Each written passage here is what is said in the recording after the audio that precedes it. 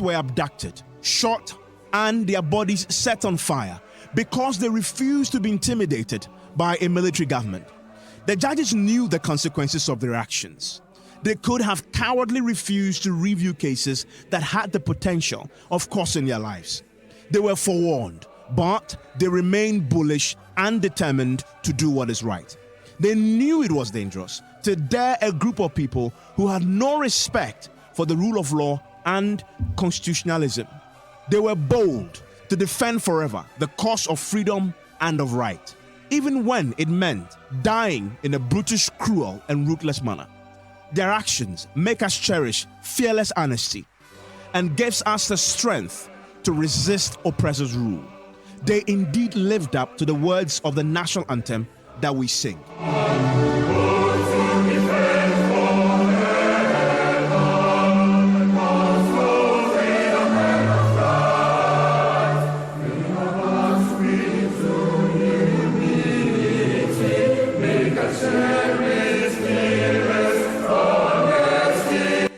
Even before that, later in 1995, people marched up to kick against the introduction of VAT, chanting Kumi Preko, to wit, kill me now. Some were jailed for speaking up. All these actions deepened our democracy and respect for the Constitution. So today on Ghana Connect, I ask, what sacrifice are you willing to make for this country that you profess to love?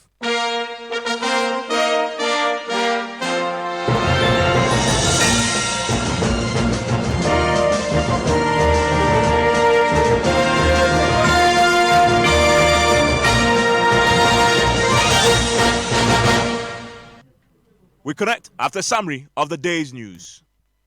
Here are the latest news headlines. Government is to deploy 549 guards across the country as part of measures to combat illegal mining in the country. Now, as part of this move, 229 guards passed out today at the Ghana Police Academy in Tesano after extensive training. Kweku Asumachem is Lands and Natural Resources Minister. This exercise that we witnessed this morning is part of the program that we are doing leading to the lifting of the ban. The number that we commissioned today as mineral guards to go into the field to work for us is 220. We are now left with another number of 320 to be trained, so that we put all of them together for them to go to the field. Now, the Chief Justice, Sophia Akufo, has warned newly enrolled lawyers that the General Legal Council would not hesitate to sanction persons who engage in professional misconduct. Addressing a ceremony to enroll the 2018 batch of lawyers, the Chief Justice called on them to uphold high professional standards. The practice of the law is not a noble profession, it is the noble profession. But for all these interventions by Justice Crabb, then known as Mr. Charles Crabb, Uganda would have been plunged into civil strife soon after its independence. Now, Vice President Dr. Mahmoud Bawumia has reiterated government's commitment to improving the welfare of teachers as they believe the profession is relevant for the improvement of the country's human resource. His comments come on the back of calls by the National Association of Graduate Teachers for the improvement in the conditions of service of teachers across the country. Delivering his speech at the celebration of Teachers' Day, Dr. Mahmoud Bawumia announced a rebranding of the National Teachers Award to Ghana Teacher Prize. The government of Nana Addo Dankwa Akufo-Addo is fully committed to undertaking several reforms in our education sector to ensure that the education we are providing for our children is fit for purpose and is able to deliver quality outcomes. Founder of Group Indom, Dr. Papakwesi Indom, is asking the central bank and other financial institutions to explain to customers and depositors what is happening in the banking sector. Dr. Indom said this when he took a Stop the Panic Withdrawal campaign to Kumasi, where he pleaded with traders and clients of his bank. I hope that other financial institutions, the central bank, government, everybody gets together to interact with the public, for them to be assured, and for that confidence that we were losing to come back. We need to advise everybody that indeed the financial system, especially the licensed financial system, is a key to the nation's development. And these are the latest news headlines. Ghana Connect continues with Evans Mensah. And we'll connect shortly. Guess who is joining us today, connecting the studio? Mr. Kwesi Pratt Jr. He lived through the revolution, saw it all. If you read through the history books, you find his name there way back from the 70s into the 80s, of course, into the 90s, where he was part of the Kumi Perekwa. There's a nice documentary you should see him with the Nana Dankwa Akufo, the current president, all marching. And, you know, the reason why Ghana is where we are today. And so the question is really simple. In 2018, what sacrifice are you willing to make for this country that you profess to love? If you belong to this generation, I mean my generation, my young generation, I wonder whether we possess the same courage that the likes of Mr. Kwesi Pratt Jr., Kuku Bako Jr., etc., that the courage that they possess to die for this country, fighting for a cause so Ghana will be a better place for the next generation, like those three judges did. They were warned, but yet they stood for something and died for it. That's a conversation we're going to have. Mr. Pratt will be joined by a few young men who, of course, belong to our generation. They didn't live through the brutal 80s and the revolution, but we've read about it. We've watched the documentary this week. We want to tap into that and see how that blends with those who lived through it and see whether where we are today, whether these values that define us as a people and got us where we are in 2018 still exist in this generation. Stay with us.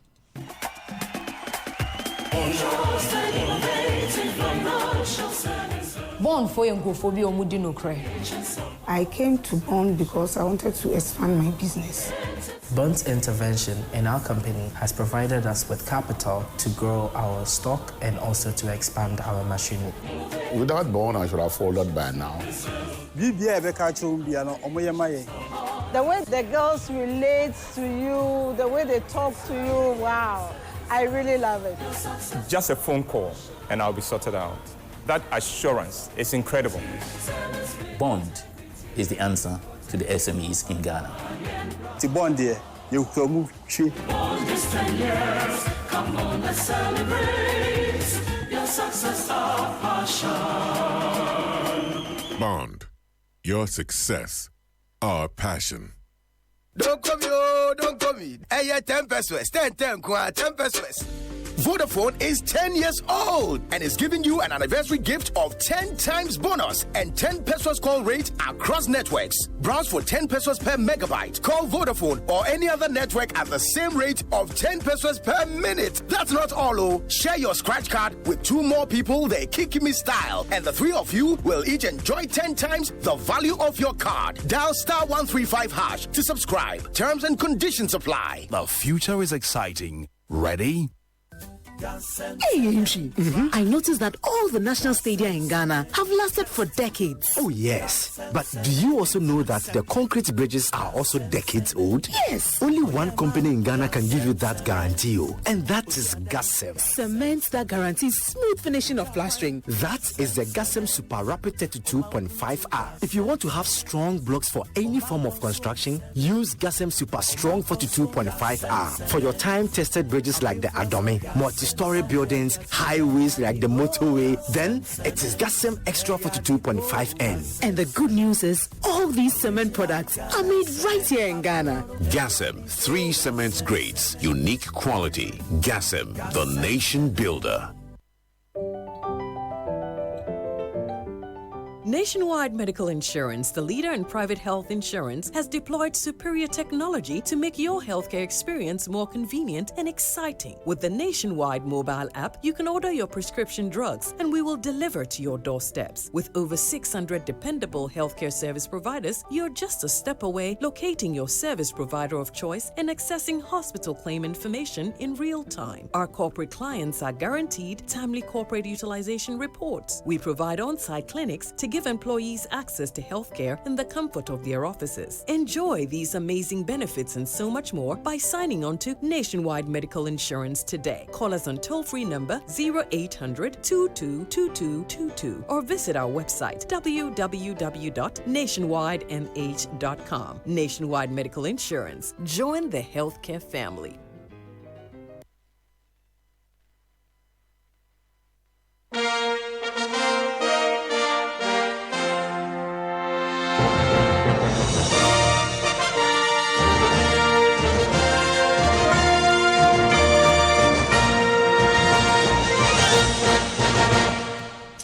And you're live on Joy 99.7 FM. My name is Evans Mensah. This is Ghana Connect. If you missed that documentary, this is just 2 minutes of some of the essential bits.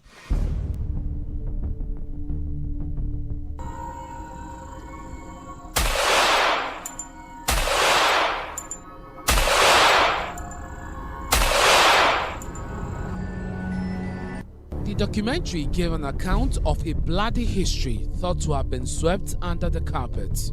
So we traced the long, tortuous journey for more than 2 hours from Rage, where these judges were picked up, and specifically to the shooting range here at Bundase. The judges were lined up here and shot, then set on fire. These perpetrators left with the hope that the bodies could never be traced and they will never be found. Fortunately, heavens opened and it rained that night. It was one about accusations. There's a brain behind the killing of these people. If the Attorney General tried to hide the facts behind this case, then I don't know what his end will be. I rather prefer to sacrifice myself and die at the tertiary range on my truth.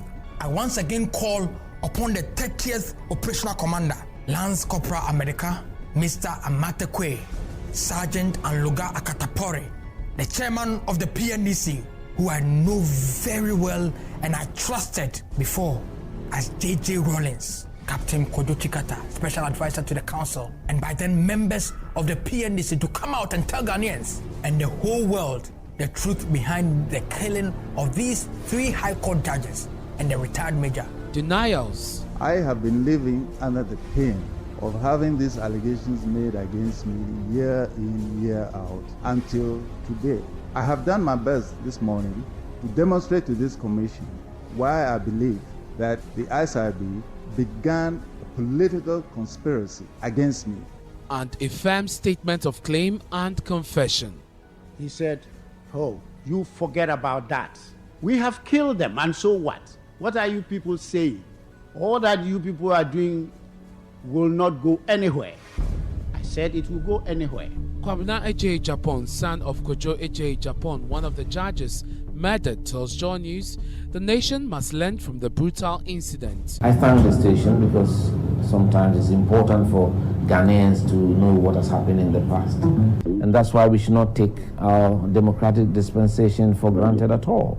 People sacrifice their lives, people sacrifice their businesses, and all of us have to sacrifice for our country.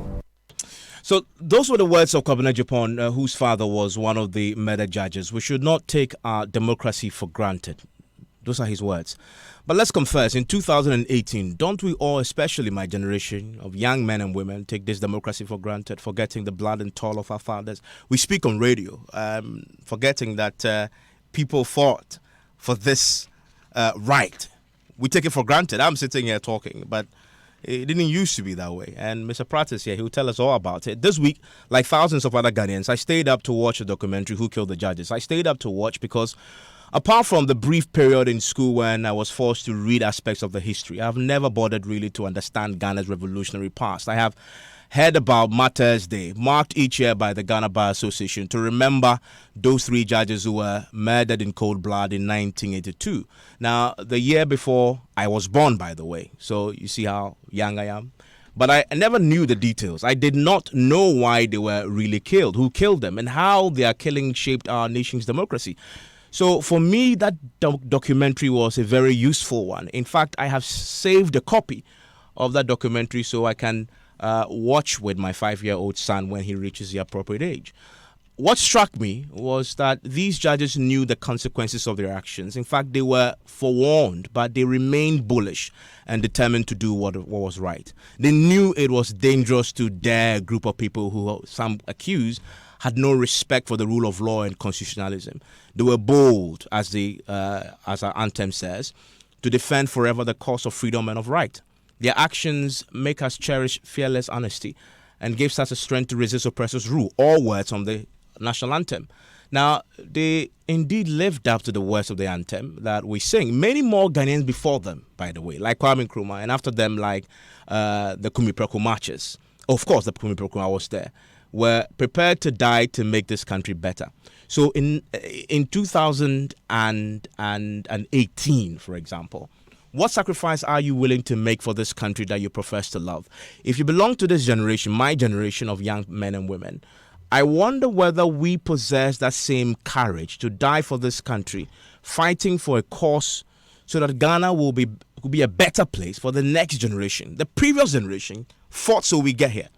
But can the current generation fight the same way, ready to die for something that the next generation can also get there, like the 3 judges that we will remember and celebrate for their bravery? That's a conversation we are going to have today. And I've already introduced to you Mr. Kwesi Pratt Jr., who will be joined shortly by a private citizen, student of history and politics, Dr. David Percy. And then we have 3 young men who will join us also, because we want to see how the old and the new blend for a future that we all aspire to. Elikem is a young man who is passionate about Ghana. Eric Asamoah is the founder of Speech Forces, an educational organization that provides critical thinking and presentation literacy amongst young people. Prince is a young Ghanaian and connects with us as well in the studio. We'll go on to the phone line. You know, a group of young lawyers graduated today. We have fresh lawyers graduating today. You heard that in the news. We will speak to one of them who just was called to the bar today and just get a sense of how much of that history is part of what they learned in a law class, and how is that inspiring them to stand up and fight using the rule of law. Mr. Pratt, let me start with you. I mean, I don't know if there's a lot of conversation this week about this documentary. I don't know if you've managed to watch it. I don't know, did you? Yeah, I have watched the documentary. I've listened to some of the interviews that have been conducted by this station. What do you think about it? Some say, managed to put this out there, some say, what was the point? It wasn't necessary. I say it is, because when I watched it, I learned a lot. I didn't know a lot about what happened, but my perspective about where Ghana had come from changed significantly, because I was seeing in video the policeman who had I think escaped from Ghana, was in UK, was speaking about why he ran away, was so relevant to me. But what do you stand on that question about why was this relevant? Why did we spend money to do this? Well, first of all, I think it's important to recognize that the abduction and murder of the 3 judges and the retired army officer was one of the most horrendous crimes that has been committed in the history of Ghana. This was a crime which threatened to tear Ghana apart, to take the country out at its very seams and so on. It's an important history, it's an important part of our history, and it is something that we ought to learn from. And we ought to learn from that crime in order that it would not be repeated again. And in order that the rationale, the reasoning, the attitude which led to the commission of that crime would be eradicated and so on. So to that extent, any attempt to remind us of that history in a positive way, to get us to overcome, our challenges and so on, to get us to work together in spite of our differences to build a nation and so on, it's commendable, and I think it's appropriate. However, I think it is important also for us to respect the rights of others and to recognize that in telling our history, we do not trample on the rights of innocent people. It's absolutely important that the kind of mindset which led to this horrendous crime being committed against not just the 3 High Court judges and the retired army officer, but our conscience as a people and so on, is not reinvented through the telling of history and so on. So I think it's absolutely important that for persons who have not been proven guilty for innocent persons and so on, we do not drag their names and reputation into this conundrum just for the purposes of sensationalizing, just for the purposes of looking great and so on. I think it's important that we stop that. Absolute fantastic points there. Just to start us off, Mr. Pratt talks about when he was talking about why this is important that we know. Let me come to the young man in the studio. This is the first time I'm meeting Mr. Pratt, right? Yes. And I'm seeing you taking selfies. My colleague of mine said this week that we know more about selfies than how the judges died. But what's your own reading? When you any of you watched it? Yes. You did. Yes, I did. How did that strike you as a young man? When were you born? Though I was born in 83. When were you born? I was born 91. Oh Christ! Okay, so here we go. Yes, you see, I'm interested to hear your perspective. Okay, I had read about it in the book some years ago, but I didn't read into details. So me watching the video really made me understand where Ghana came from, how far we had come till now. It made me really appreciate the democracy we're enjoying now. Because back then, it wasn't the democracy wasn't, they didn't have that right, that privilege as compared to now. So it really made me appreciate it. And also, my friends who also watched it, they also appreciated it. I see. What about you? I think I will associate myself with Mr. Pratt. Mr. Pratt, our senior citizens' concerns raised earlier. You know, it's a process. You know, as a country like any other institution, people will have to set precedents. You know, people will have to do things that we can eulogize any time. That because of what this person did, or because of these examples that were set before me, you know, I have gotten a ceiling, or the bar has been raised for me to behave or do my things or contribute my quota as a citizen towards a particular direction. So as young people, as he said earlier, there are two sides to the coin. You know, it is informing, but one way or the other too, it shouldn't be in any way an attempt to arouse some grievances in people who feel they have been, fouled one way or the other. So my whole feeling about this documentary is that, you know, it's two-way. We have learnt a lot, and in as much as we have learnt a lot, we have to be very, very constructive with our criticisms and our contributions to this particular issue that happened in Ghana. You know, it's a very good thing the judges did. They stood by their grounds, which I would implore all young people. No. Don't implore. Talk about yourself. Myself. Let's have that conversation. So if because I am serving as an ambassador. No. Let me ask you a direct question. Okay. And that's the question that we asked. In a poll, we saw what happened. Mr. Pratt and Co. Mr. Pratt, you were jailed, right? Or on many occasions. The way he paused, I was just wondering. On many occasions. On many occasions. So he was jailed on many occasions. Yeah. As a young man, when were you born? I'm within the range. You're within the range. Okay, so are you willing? What sacrifice are you willing? Are you willing to die for this country, for a cause that you believe in to make this country better? Okay, with my little experience as a citizen and a Ghanaian, okay, I would say it's two-way. No. You just answer that question from me directly. With my sacrifice, it's conditional. Okay, please explain. You understand? The condition is based on the two-way I'm talking about. I am responsible towards the country to be patriotic, no matter what. But what responsibility does the country also have towards me? Okay. I'm bringing mine on board. Is the country doing its part of it too? So if the country is not doing its part, then you won't die for that. That is the problem we are facing now. Okay. If we have this marvelous example that has been set, okay, what really is the problem that successive citizens like myself now can't eulogize what happened, what the judges did?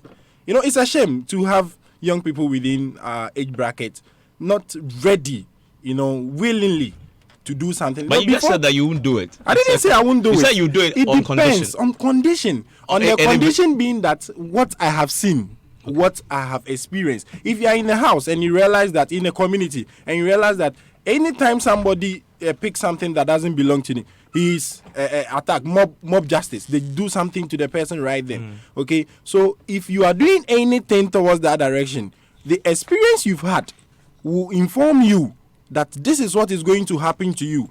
So in another way, if I don't steal, I will go scot-free. So if the country is ready and has done something that is worth it for me to also follow suit by citizens, then you know. So in 2018, but Evans, yes sir. I think there's a problem with the question that you posed. Okay. I mean, I've heard people oftentimes say that they are ready to die for their country, and people being urged to die for their country and so on.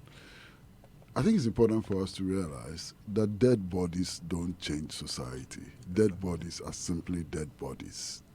So it's important for us not to encourage suicidal tendencies. We need to live, to struggle, to think, to act in order to change society. That's not a job for dead bodies. It's a job for people who live. What if we redefine dying for your country, not in the literal sense, but in the sense of sacrificing for your country? For example, you didn't die, but you sacrificed a lot.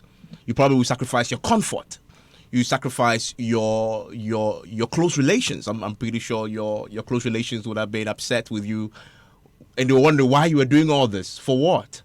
And I guess if you define it that broadly, will that sit well?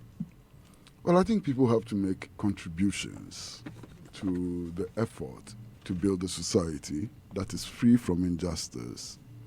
People have to make contributions to the building of a society in which nobody goes to bed on an empty stomach. People have to make contributions to building a society in which the working people can take control of their own destiny and so on. That's a contribution you make. And that contribution can be made in various ways and forms. I mean, if you educate yourself to understand your society and to find out what is wrong with your society, you are making a huge contribution to changing that society, to building a better society, and so on. If you join the protest movement to protest against things that are wrong and so on, you are making a contribution to building your society. If you stay healthy, you are making a contribution to building society. So I would not prescribe one particular form of making a contribution. There are many ways in which we can all make contributions to the building of society. In many instances, the contribution that people like me and others have made is often exaggerated. Oh, really? Yes, it's often exaggerated. I'm curious about why you say that. Look, I took part in the planning of the Kumi Preku demonstration, okay? I was one of the 9 persons who superintended that whole, revolt and so on. But was my contribution more than the 100,000 ordinary people who poured into the street, 4 of whom died? I don't think that my contribution was more than theirs and so on. I played the role that I had to play because I was in a position to play that role. In any case, if you come to think about Kumi Preku and so on, a lot of people see me and they're congratulating me and so on. I was not one of the originators of the idea. Those who met, I mean, the meeting which finally came up with the idea of organizing Kumi Preku and so on took place in the house of Ni Ajiri Blankson, who I think currently is a member of the Council of State, yes. And who became mayor of Accra and so on. It was in his house. Indeed, it was at the birthday of Nana Addo Dankwa Akufo-Addo, who is the current president. I wasn't there. You understand? It was at this birthday that the idea came up that, given the atmosphere and so on, something like that could be positive and so on. I was informed after that birthday that night by friends of mine, including Ferdinand Ayim, that these discussions had gone on, and I said, look, let's meet tomorrow. So the next day, we actually met in the residence of Dr. Reku Broby. There were 9 of us, myself, Nana Addo Dankwa Akufo-Addo, Victor Newman, Kweku Poku, Dr. Nyaho Tamaklo, Kweku Baku, Akoto Ampao, and maybe 2 others. We're 9. And we met and we decided that, look, let's do it, you understand. Now, on that night, to tell you how spontaneous this thing was, we charged Akoto Ampao with responsibility for doing the first draft of the statement, And then we said, who was going to read the statement? Among the 9 of us, anybody could have read that statement. Said, who was going to read that statement? And I said, Akufo-Addo will read the statement. So I nominated the current president to read the statement. And then they said, but how would we describe him? He will read the statement, but how would we describe him? And I said, spokesman of the Alliance for Change. And we had already agreed on the name Alliance for Change and so on.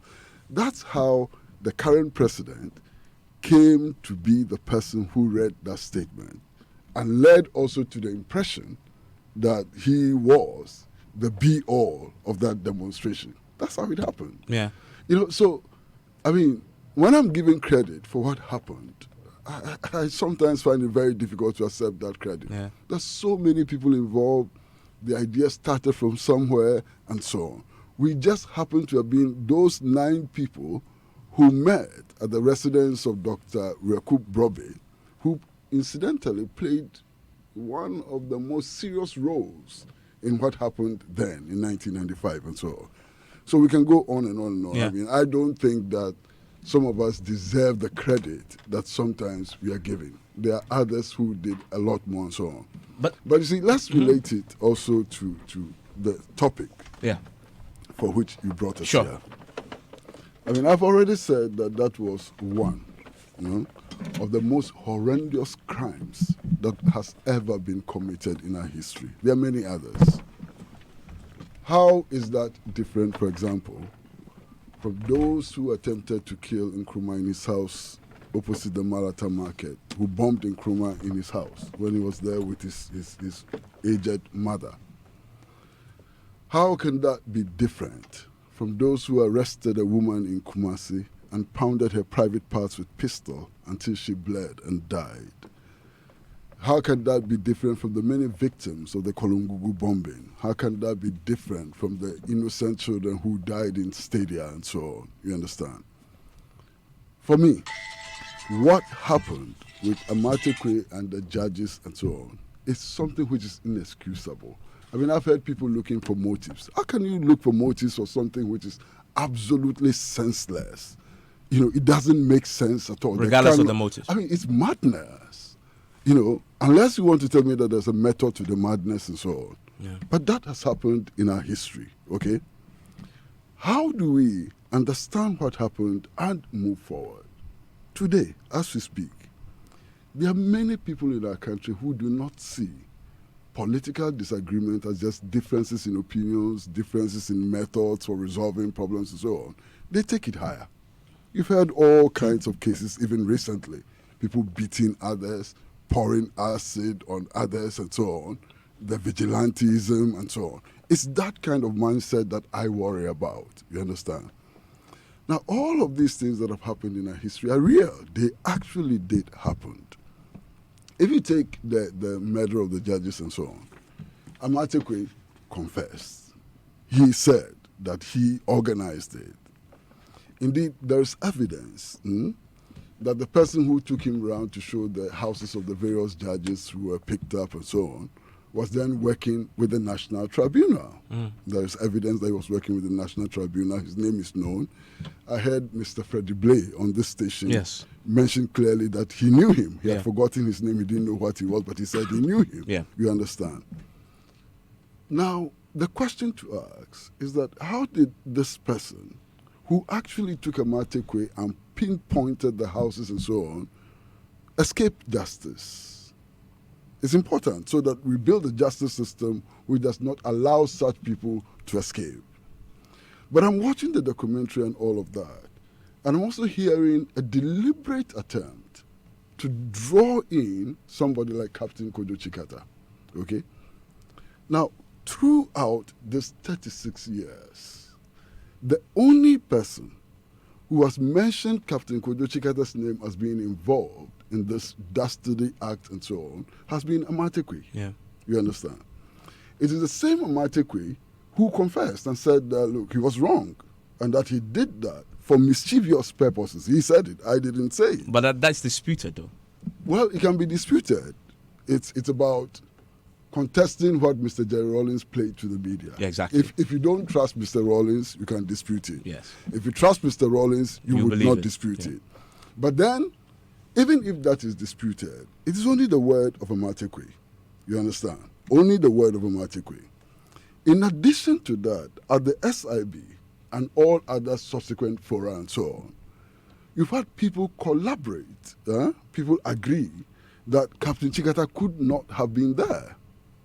I mean, Guzitando, for example, gave evidence before the Special Investigations Committee indicating that at the time that Captain Chikata was supposed to be out there with Amateku, he was actually in the castle working.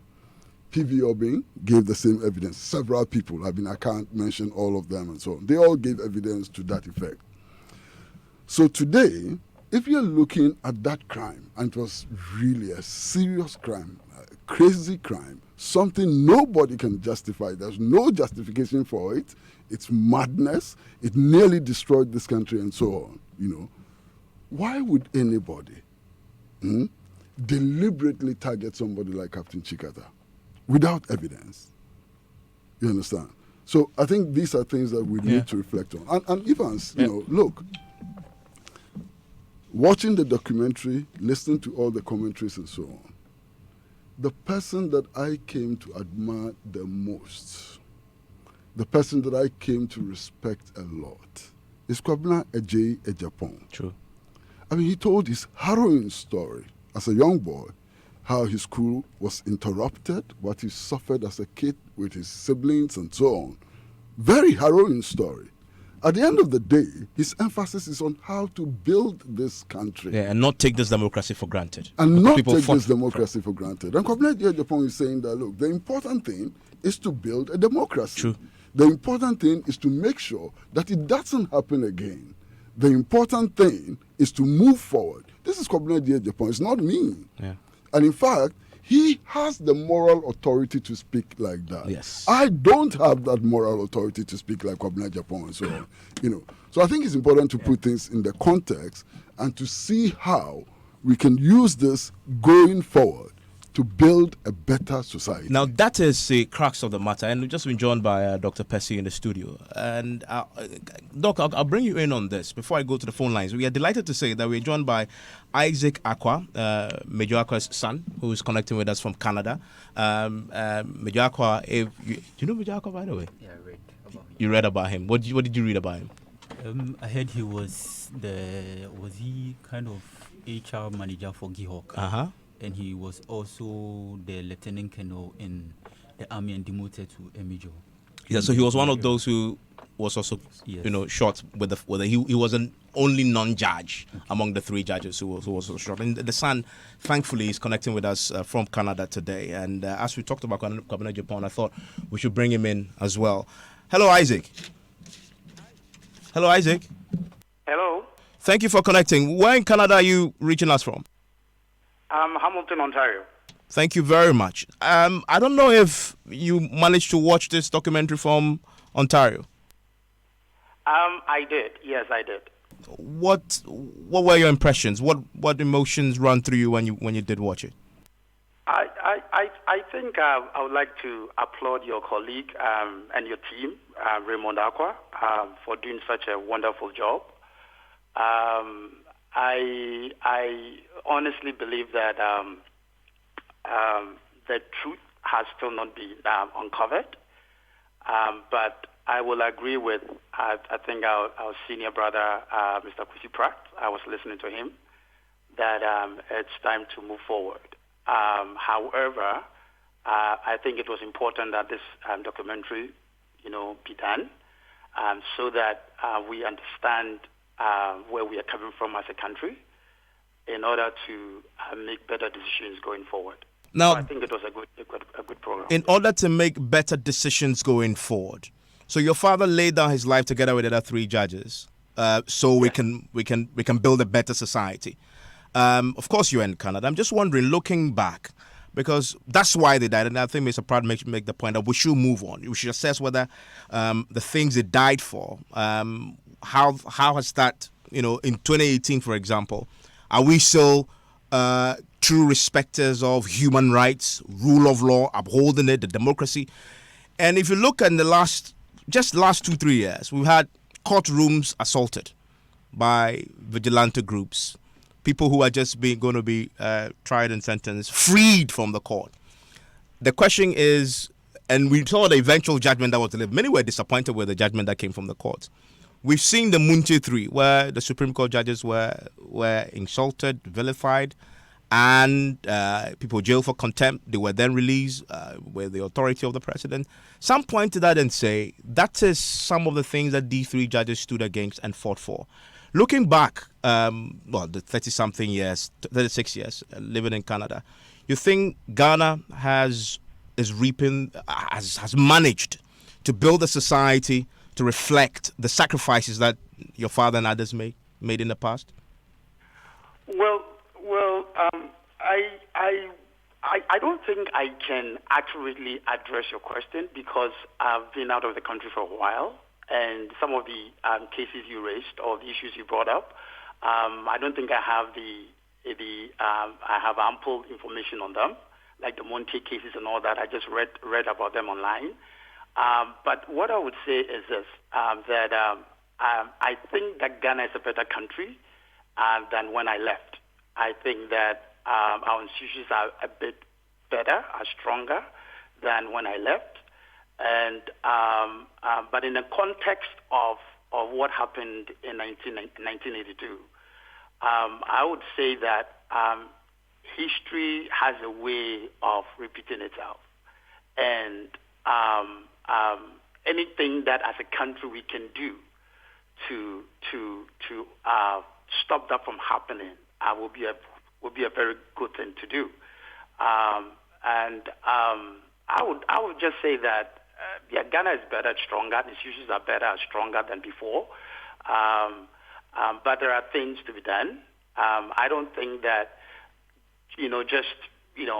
talking about issues and not putting concrete steps to avoid that is that great, because after talking about issues, you need to put things in place. You need to take concrete steps to mitigate or to prevent what has happened before from happening again.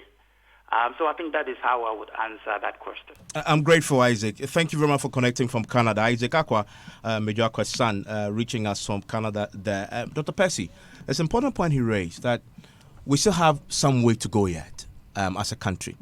But then it begs the question. These judges and Major Akwa died so that we get here. If we're going to get the next 36 years, we must have people with that same courage who will fight for something, insist on it, until we get it. I'm wondering whether, and that's why we brought young people like ourselves to measure, whether this current generation has that in them, that courage to insist on the right thing, so that we move Ghana. The next 36 years, we can say, oh yeah, this generation also did something, stood for something. We're ready to sacrifice something, so Ghana moves to the next level. Thank you very much. First of all, I haven't watched this documentary.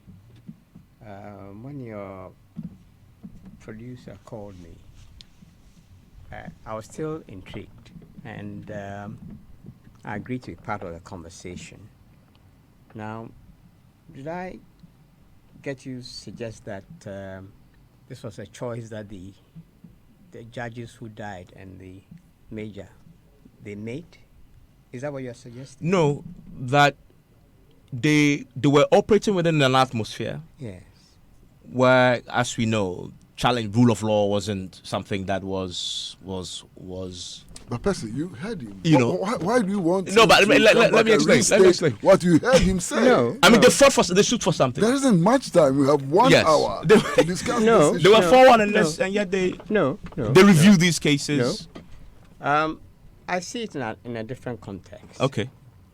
I see in the context of someone who had a grievance, Mr. Matekwe, who had power,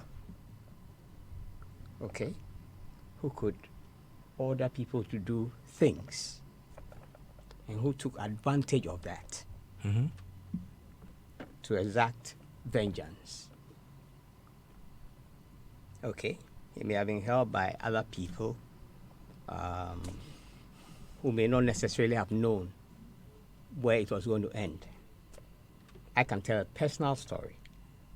I had become active in the defense committees, by virtue of which I became a member of what was called the Confiscated Assets Committee. So I remember coming face to face with the famous Amatekwe, who had come to the offices of the Confiscated Assets Committee looking for the vehicle that was eventually used. Oh, okay. Okay. And at that time, one of the vehicles, because from what I hear, there were more than one vehicle. Yes. Okay. I got to know after the event that this was in fact the vehicle. Okay. And at that time, what was happening was that, among a number of other things, there had been a coup named a revolution. It spoke to popular power, and I was for it. And that was the basis on which I became active in the defense committees. And through my activity, I got noticed, and I got suggested, and I took up that unpaid post, because I was still on the staff of the university. Okay. So he came to the offices of the Confiscated Assets Committee, then in the basement of what is now Parliament. Okay. And he came a number of times. Okay. But what was happening then was that you had a shortage of vehicles in the country. There was a system where vehicles coming to the port were commandeered by the state, by the revolution. By the state, and used for a while. Okay. And then eventually released. So that was but that was a new vehicle. I remember it was some Italian guy who had imported it. So he came looking for a vehicle.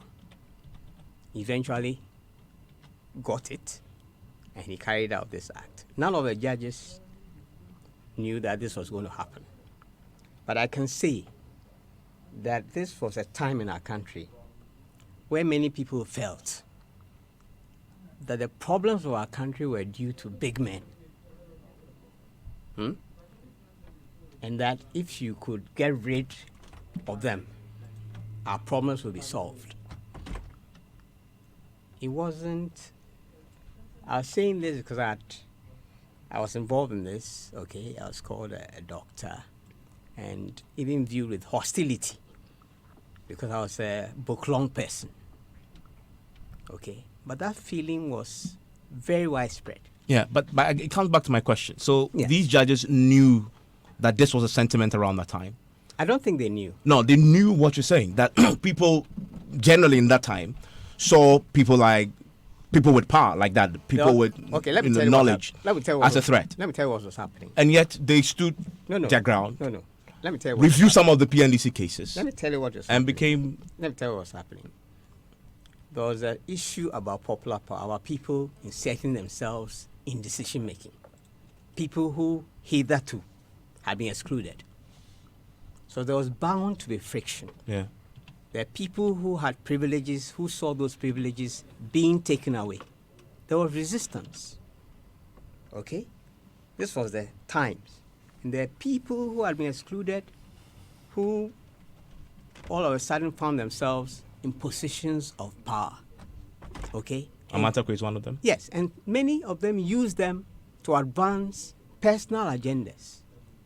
Okay? So, for instance, this was a period when there were many attempted coups.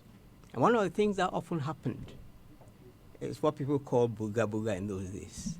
That if you had somebody who you had something for, you're in the military, there was general commotion, you took a gun and you went for him.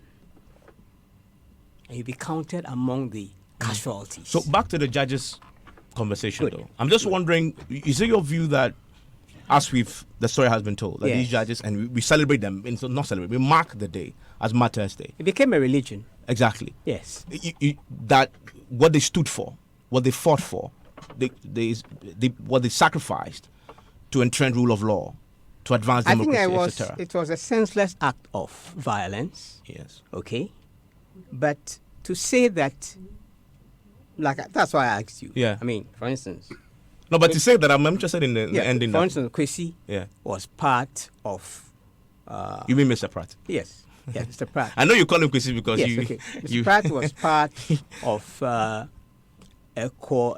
coalescence that was opposed to the PNDC. Mm-hmm. Okay, I became active in the forum that the PNDC created. Mm-hmm. I didn't see him as an enemy. Okay, you understand? Okay, so I'm saying that in this general atmosphere of ferment, and I said I supported the what was advertised, popular power. Yeah. That nothing about us without us. Okay? Which was at every turn resisted. Okay? And the people who created conditions, okay, that they knew would go against this, what was going on. Okay? For instance, I can tell you my personal feelings the first time I heard this news. I mean, I was general shock. And I said it could be either a provocation, okay, or by someone who was extremely misguided. Mm. Okay, a provocation, that is something that staged by people who were opposed to the general direction. You need to forgive me. I'm trying so that we don't stay too much in the past. Yes. To look forward, because that's what history should do for us. Yes. Assess and move. So moving forward, that's why I'm asking the question from what Isaac Akwa, the son, said. Yes. That he believes there's still work to be done to further entrench our democracy. I'm just wondering from your perspective, having, of course, God graced you the opportunity to see 2018 and have seen what happened back in the day, whether this generation still has that to fight for the next 38 years, make Ghana better. Unfortunately, we are robbing the present youth of their heritage, which is our history. It is not taught in any organized form in school. You get bits and snippets of it. And by the way, history has always been and will always be an arena of struggle. People will consistently fight to reconstruct history in a certain fashion. Okay? Now, it is said that if you wish to enslave a people, you first deny them of their history.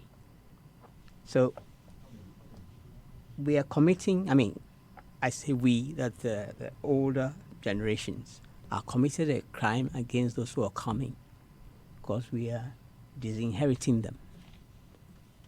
Okay? I'm not just talking about the issue of the judges, but many aspects of this thing. That gives you a sense of belonging to a collective. And that's where the issue of patriotism and dying for something comes up. Okay. You understand? Because it's by and large lost. So there are people here, they are physically present in Ghana, but their minds and their other things are somewhere else. That's true. That's a real crime. Okay? This was committed under the aegis of the PNDC. On the, you might say, the instructions of the bank and the fund, who said that the school curriculum was too loaded. And so some subjects should be taken off. And through that simple device,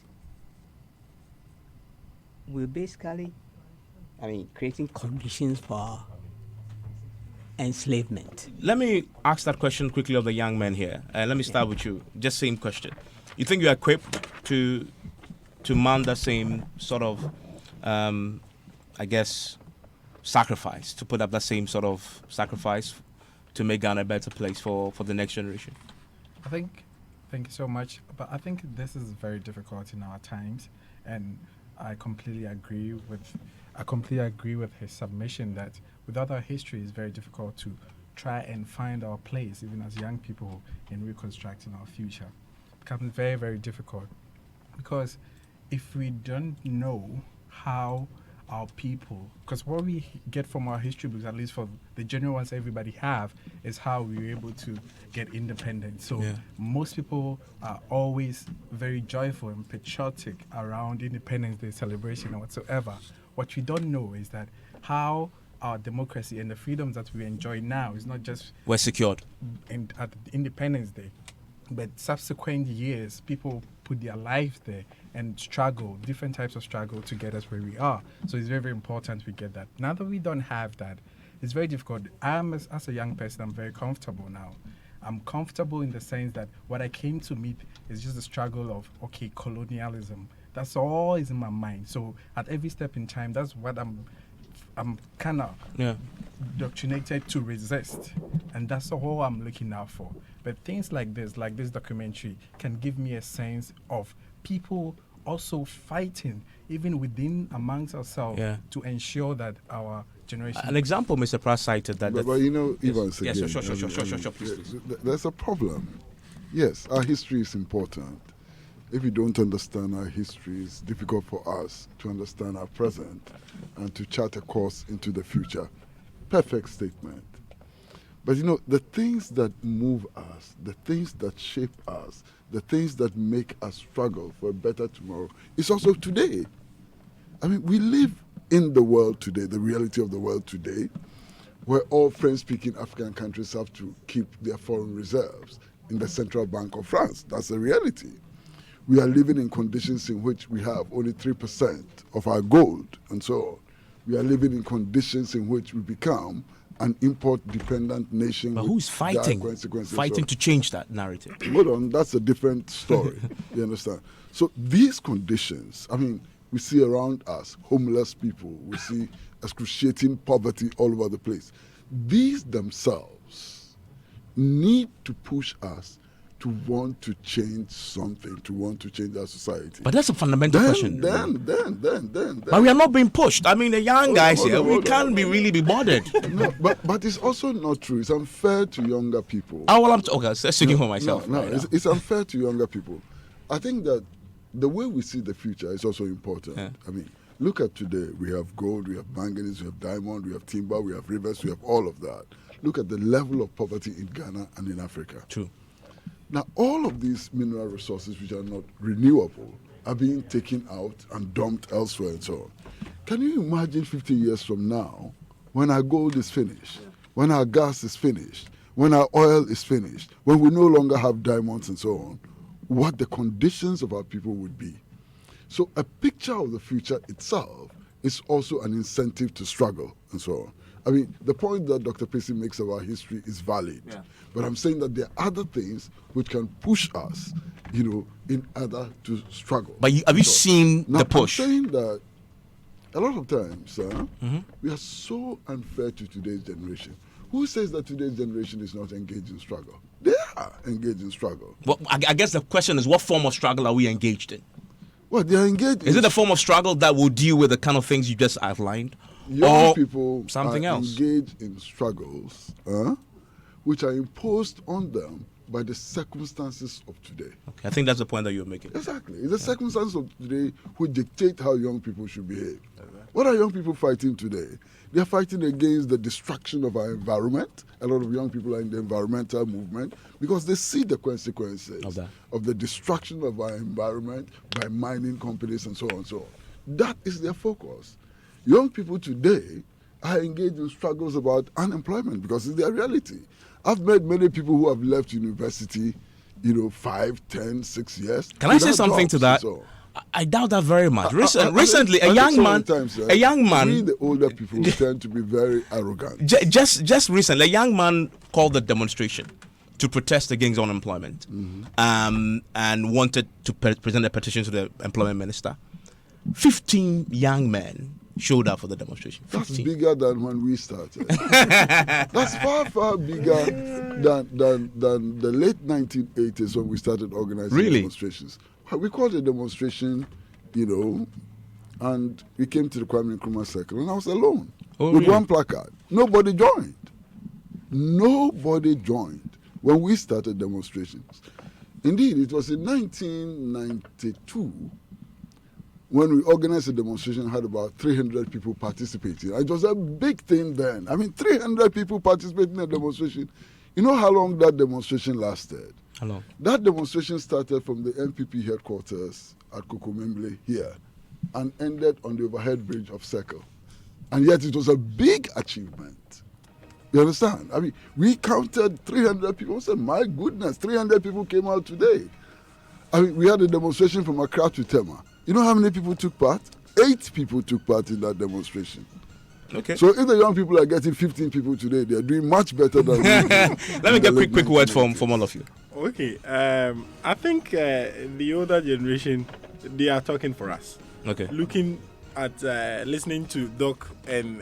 But are you talking for ourselves? Do you think? Yeah, we are. Okay. We are, and we can get a connection with the comments they are making. Okay. That we've been robbed of our history. Yeah. And the present. I mean, I just hope situation. that we won't make excuses for ourselves. No. Why we cannot do it.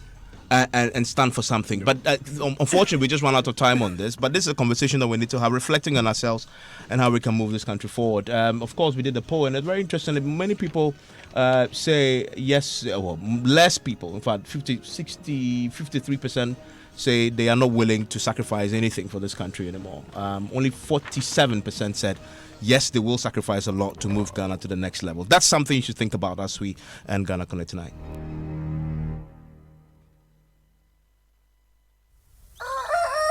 In this part of the world, we rise early, way before the sunrise. We plan, we pray, we prep, just so we are a step ahead. We keep